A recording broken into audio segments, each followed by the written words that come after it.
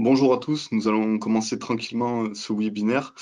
Je suis ravi de vous retrouver aujourd'hui pour un webinaire justement sur la gestion de la fiscalité dans Opera. Nous allons passer une petite demi-heure, une vingtaine de minutes ensemble. Donc, je suis Thibaut Béton, consultant à Melkis depuis une bonne année maintenant. Alors, on va diviser cette présentation en plusieurs parties. Donc, la première, on verra les préalables avec des petits rappels théoriques sur la fiscalité. Ensuite, on verra comment se gère la fiscalité dans Opera avec différentes parties comme la gestion des impôts différés dans un premier temps, la gestion au niveau des retraitements des écritures manuelles, et ensuite, une fois que vous avez consolidé le tout, l'audit et l'analyse de la fiscalité dans les états de restitution. Donc, comme vous le savez, depuis 2021, on a la norme IAS 12 qui s'applique et donc qui impose au groupe et donc à nous de présenter la taxe proof dans les annexes des comptes consolidés. Ça oblige les personnes qui travaillent au niveau de la conso d'avoir des connaissances fiscales et comptables un peu plus approfondies, voire de travailler avec des spécialistes ou des fiscalistes. Ça nous amène à devoir réaliser la preuve d'impôt. Donc les avantages à utiliser Opera pour pouvoir gérer sa fiscalité, ça va vous permettre d'avoir un process de travail rationalisé et simple qui va suivre un certain ordonnancement. Cet ordonnancement est le fait de passer par un logiciel qui vous permet d'avoir un paramétrage livré en standard et prédéfini en standard. Bien entendu, vous pouvez personnaliser, mais au moins, il sera livré en standard, ce qui permet la réalisation plus rapide et aisée de votre fiscalité, du contrôle grâce à la saisie d'un certain nombre d'informations préalables qu'on verra tout à l'heure, et de ce paramétrage, vos résultats seront beaucoup plus fiables. Vous avez une fluidité du coup qui se fait dans tout votre travail, et tout ce chaînage de réalisation de la fiscalité pour avoir un travail collaboratif également, c'est-à-dire que plusieurs utilisateurs, à partir du moment où ils ont des logins différents, pourront se connecter à votre base simultanément en travaillant sur des tableaux différents ou des sociétés différentes, comme vous avez pu peut-être le voir par ailleurs dans Opera, et les résultats sont bien évidemment auditables. Au niveau de la gestion maintenant et de la fiscalité dans Opera, donc on va avoir un préalable au démarrage, c'est d'avoir créé, on le verra tout à l'heure quand on ira dans l'application, c'est d'avoir créé les taux d'imposition, les avoir mis à jour et les avoir créés pour chaque exercice, avoir déclaré que mon entité est fiscalisée ou en tout cas qu'on va lui affecter des taux et que dans l'exercice également, et cet exercice fera appel à ces tables de taux. Ça, c'est vraiment le préalable pour pouvoir accéder à la fiscalité dans Opera. Et donc, la fiscalité, vous allez aussi la retrouver dans les retraitements et les éliminations, et aussi dans les écritures manuelles, on le verra tout à l'heure. Et puis, il y a surtout, pardon, les tableaux de saisie de la fiscalité différée. Ça, c'est dans le suivi au niveau des liasses. Et pour les deux derniers tableaux, on verra au niveau des entités françaises et au niveau des entités étrangères. Au niveau du suivi des liasses, vous avez le tableau de bord et en bas du tableau de bord, vous avez la saisie des décalages temporaires. Un petit écran qui va vous permettre, à partir de votre liasse fiscale, de ressaisir tous ces éléments ici. Donc, comme vous le savez, les petits champs bleus sont saisissables. Vous avez le taux d'impôt qui est issu du paramétrage que vous avez fait. Si par contre le taux ne vous convient pas, vous avez bien évidemment la deuxième cellule bleue qui vous permet de saisir un taux personnalisable et du coup votre incidence fiscale est automatiquement calculée à partir de ce nouveau taux qui est saisi. Sinon, vous laissez celui qui est dans la colonne grisée et qui vient de votre paramétrage et de la création de votre taux d'impôt par rapport à l'exercice. Ensuite, vous avez, après la saisie de vos décalages temporaires, vous avez la saisie du résultat fiscal. Donc là, on a vu le décalage temporaire dans le précédent écran et le résultat fiscal pour les entités françaises et les entités étrangères. Donc vous prenez votre liasse en saisie, vous retrouvez les référencements identiques à la liasse fiscale sur ce document-là. Pour le transfert, donc pour le traitement de la taxe sociale, il faut bien saisir l'ensemble des différents onglets que vous voyez en dessous, puisque l'alimentation de vos états de restitution vient de la saisie correcte de vos états de collecte. Donc il faut y porter une attention particulière. Une fois que vous avez saisi vos décalages temporaires et le résultat fiscal, vous pouvez en automatique générer la fiscalité à partir des parties de retraitement et d'élimination qu'on voit ici. Donc ça vous génère automatiquement le retraitement fiscalisé, donc sur deux audits différents, ce qui vous permet une traçabilité. Là, on ira voir pareil l'engagement de retraite à partir du moment où vous saisissez des bases qui sont imposables. Vous avez en dessous l'audit 4 IDF 26 qui va s'alimenter et qui, au moment de la consolidation, sera généré et que vous retrouverez dans les journaux ensuite. Et dans votre conso, si vous ne voulez pas fiscaliser, on verra tout à l'heure qu'il y a un petit 1 en haut de l'écran qu'on pourra ajouter ou non pour que l'audit ne s'alimente pas. Et la dernière possibilité également, c'est si vous avez encore des écritures à saisir en complément de ce que vous avez trouvé dans les tableaux de retraitement et d'élimination, vous pouvez venir manuellement saisir une écriture. Et cette écriture, vous avez l'option de la fiscaliser ou non. Donc une fois que vous avez géré la fiscalité aussi bien et le décalage temporaire, le résultat fiscal, les retraitements et les écritures manuelles, ben, on peut lancer la consolidation et ensuite vous pourrez analyser cet audit dans les travaux de conso. Donc là, vous avez, comme pour les états de restitution, les bilans, comptes de résultats, une bibliothèque de documents qui est à votre disposition dans le module analyse et le menu restitution. Vous descendez un peu et vous voyez impôt différé et preuve d'impôt. Donc en cliquant sur un de ces deux menus, on va commencer par impôt différé tout à l'heure. Vous avez l'ensemble du paramétrage standard qui est à votre disposition. Ce sera la même chose dans les preuves d'impôt, donc il vous suffira d'ouvrir l'état que vous voulez contrôler et vous voyez les lignes qui sont alimentées et les justificatifs de rapprochement. La même chose pour un état suivant, on ira le voir, ça va permettre donc un audit, une traçabilité de votre base par rapport à un taux d'impôt et vous contrôlez le contrôle de l'équilibre à l'ouverture, à la clôture et s'il y a un impact par rapport à votre variation bilancielle ou non. Une fois que vous avez vérifié votre impôt différé, vous pouvez venir dans la tax proof. Et dans la tax proof, il y a 5 états. Les 3 premiers vont vous permettre de restituer donc par entité, par audit et par synthèse. Et les deux suivants, qui sont numérotés 4 et 5 ici, pour le suivi des déficits. Donc maintenant, on va aller directement dans Opéra.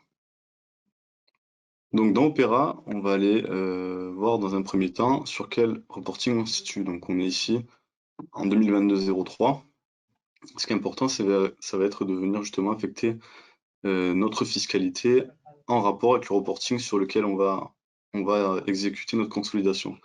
Donc, au niveau des taux d'impôt ici à gauche, on va venir sélectionner ou créer les taux d'impôt pour notre exercice 2023. Donc, on va pouvoir venir ici saisir, compléter ces taux d'impôt. Donc, venir sélectionner, venir relever 2022-03. Donc, également au niveau des entités, donc ça, ce sont les préalables pour avant de lancer notre consolidation sur ces taux d'impôt. Donc, au niveau des entités, au niveau des critères, on va venir affecter aux entités les taux d'impôt qui lui conviennent, qu'on aura créés auparavant. Très important. Et également, au niveau de l'exercice, au niveau de notre exercice, donc pour l'exercice en question, on va venir, au niveau des critères, bien venir ici, au niveau des 3 petites barres, sélectionner les taux d'impôt pour le reporting pour l'exercice qui nous intéresse. Valider. Voilà, ça, ce sont vraiment les préalables au niveau de la fiscalité. Ensuite, on va venir au niveau des liasses.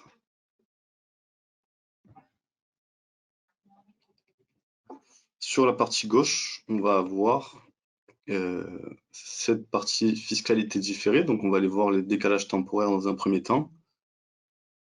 On va pouvoir voir l'ouverture ici à gauche, la clôture ici à droite, avec les taux d'imposition déjà pré-remplis suite au paramétrage que l'on vient d'effectuer au préalable. Donc ici, on peut éventuellement venir modifier ces taux d'impôt, par exemple, si on met 30%,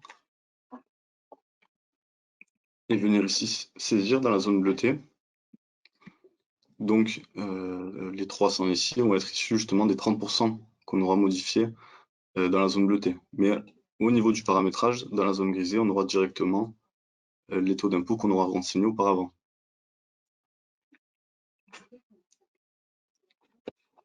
Ensuite, bon, on va toujours sauvegarder puis valider.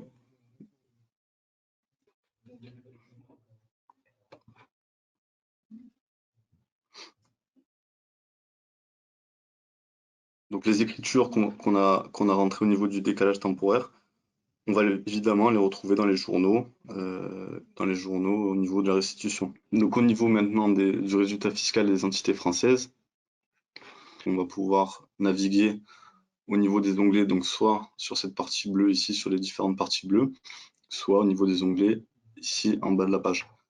Donc au niveau de la détermination du résultat fiscal, on va venir renseigner tout ce qui est voilà, avantages personnels non déductibles, amortissement excédentaire, etc. Jusqu'ici. Ensuite, on va voir notre onglet détail du calcul de l'impôt société. Donc, on va voir nos pourcentages ici d'imposition qui vont être en fixe, donc, mais on peut venir renseigner différents taux ici dans les zones en bleu et renseigner notre base ici sur la partie gauche. Et l'impact sera directement au niveau des effets ici, sur la partie droite. Ensuite, au niveau des déficits, on va voir l'audit sur lequel sera généré directement nos impacts. Donc évidemment, on pourra venir ici saisir dans toutes les parties bleutées. Ensuite, on va voir la synthèse pour venir checker au niveau de notre preuve d'impôt. Et ensuite, on ira sauvegarder ici, puis valider. On va venir sortir.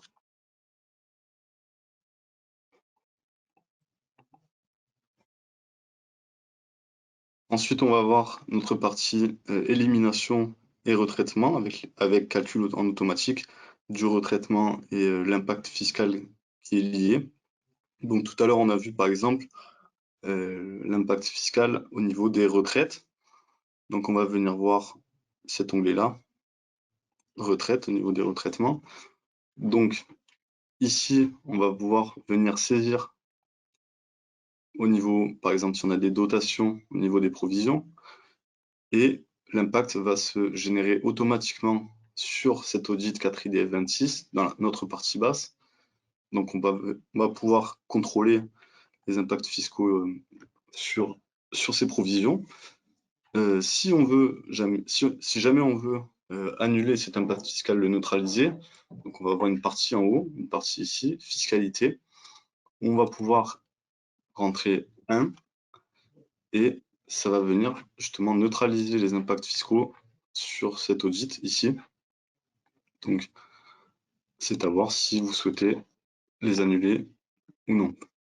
Voilà, ici, donc on remet à 0 et on les a ici calculés et générés automatiquement. On peut sauvegarder, valider une fois que c'est fait.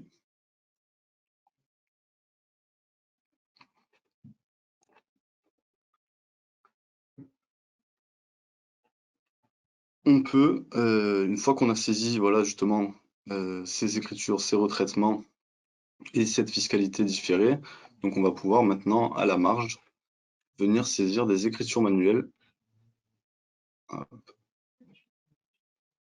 Donc on va retourner dans notre module exploitation. Au niveau des écritures manuelles ici, on peut faire justement ce complément.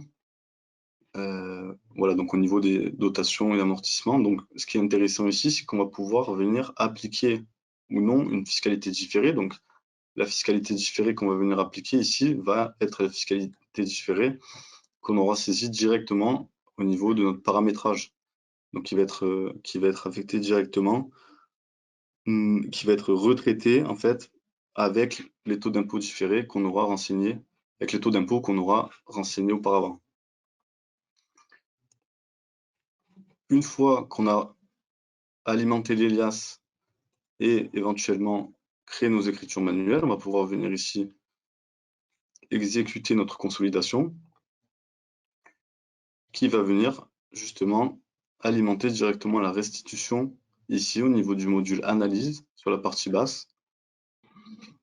Alors au niveau de la restitution, on va voir l'ensemble des restitutions ici avec la tax proof et la bibliothèque des impôts différés. On va voir l'ensemble voilà, de nos impôts différés, donc par entité, par synthèse, qui peuvent être intéressants. Donc si on va sur entité, donc on va avoir, en l'occurrence ici on a une société mère, mais on va avoir voilà, l'ensemble, on peut avoir l'ensemble du détail avec toutes les sociétés ici, par exemple, les sociétés concernées. Ici, à côté de la roue crantée, on va pouvoir dérouler pour plus de détails, donc avoir l'ensemble des impacts fiscaux au niveau de ces restitutions, une synthèse également. Voilà, on va pouvoir déplier pour avoir des détails et constater que tout est bon, s'il y a des écarts ou non. On va pouvoir également aller un peu plus dans le détail au niveau et comment sont alimentés en fait cette restitution. Donc par exemple en allant directement sur entité par audit ou audit par entité. Donc ici on va constater que les 2500 sont issus d'une écriture dans l'alias, dans l'écriture qu'on a saisie tout à l'heure. Voilà. Donc les 25%, donc ces 2500 viennent exclusivement de notre écriture manuelle qui est saisie. Donc en fait, on a le détail de comment est alimenté, d'où viennent ces chiffres et comment ils sont alimentés, soit par l'alias, soit par le retraitement, ou bien par les écritures manuelles. Et également, on a les états 4 IDF 95, 4 IDF 96 qui peuvent être intéressants au niveau des audits. Donc là, ça vient directement, c'est généré en automatique. Et on a donc c'est au niveau des liasses et du retraitement, des éliminations. Et on a le 4 IDF 95 qui en fait vient de nos écritures manuelles, qui est fait au niveau, voilà, au niveau manuel. Donc on retrouve bien les 2500, on va pouvoir dérouler pour plus de détails. Toujours pareil, vérifier au niveau des contrôles. Et on peut toujours basculer sur le détail audit entité, entité audit. On va quand même s'attarder rapidement au niveau des critères. Donc on va pouvoir, au niveau des critères, pour exécuter justement nos preuves d'impôt. Donc bien sélectionner la partie consolidée, convertie sociale locale, en tout cas celle qu'on souhaite. La version de conso qu'on a mentionnée au niveau de notre consolidation, bien sélectionner la bonne. On peut également, au niveau des entités, venir ici sur les 3 petites barres, sélectionner l'entité qui nous intéresse, les deux, l'une ou l'autre. Et venir valider. Également, au niveau des audits, si on veut uniquement tel ou tel audit, on va pouvoir venir sélectionner les audits qui nous intéressent pour qu'ils soient exclusivement au niveau de notre restitution.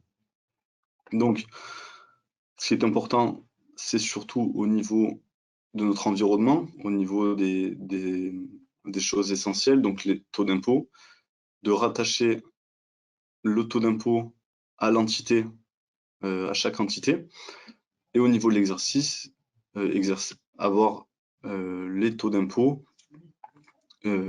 qui sont directement liés au reporting, à l'exercice qui nous intéresse. Ensuite, au niveau dans les suivis d'Elias, on va bien saisir les impôts différés et les résultats fiscaux ou bien les importer. Donc ça, on l'a vu dans un précédent webinaire. Ensuite, on peut saisir et on peut générer automatiquement les éliminations et les retraitements pour ensuite avoir à saisir à la marge des écritures manuelles qui vont être ou non fiscalisées, comme on l'a vu tout à l'heure. Puis on a voilà, on retrouve tout ça directement au niveau des répertoires, au niveau de la restitution, donc preuve d'impôt et impôt différé. Voilà, c'est la fin de ce webinaire. Je pense qu'on a fait un peu le tour au niveau de ces impacts fiscaux et de ces impôts différés. Si vous avez des questions supplémentaires ou des interrogations, n'hésitez pas à nous contacter et à nous suivre sur LinkedIn. Merci à tous et bonne journée.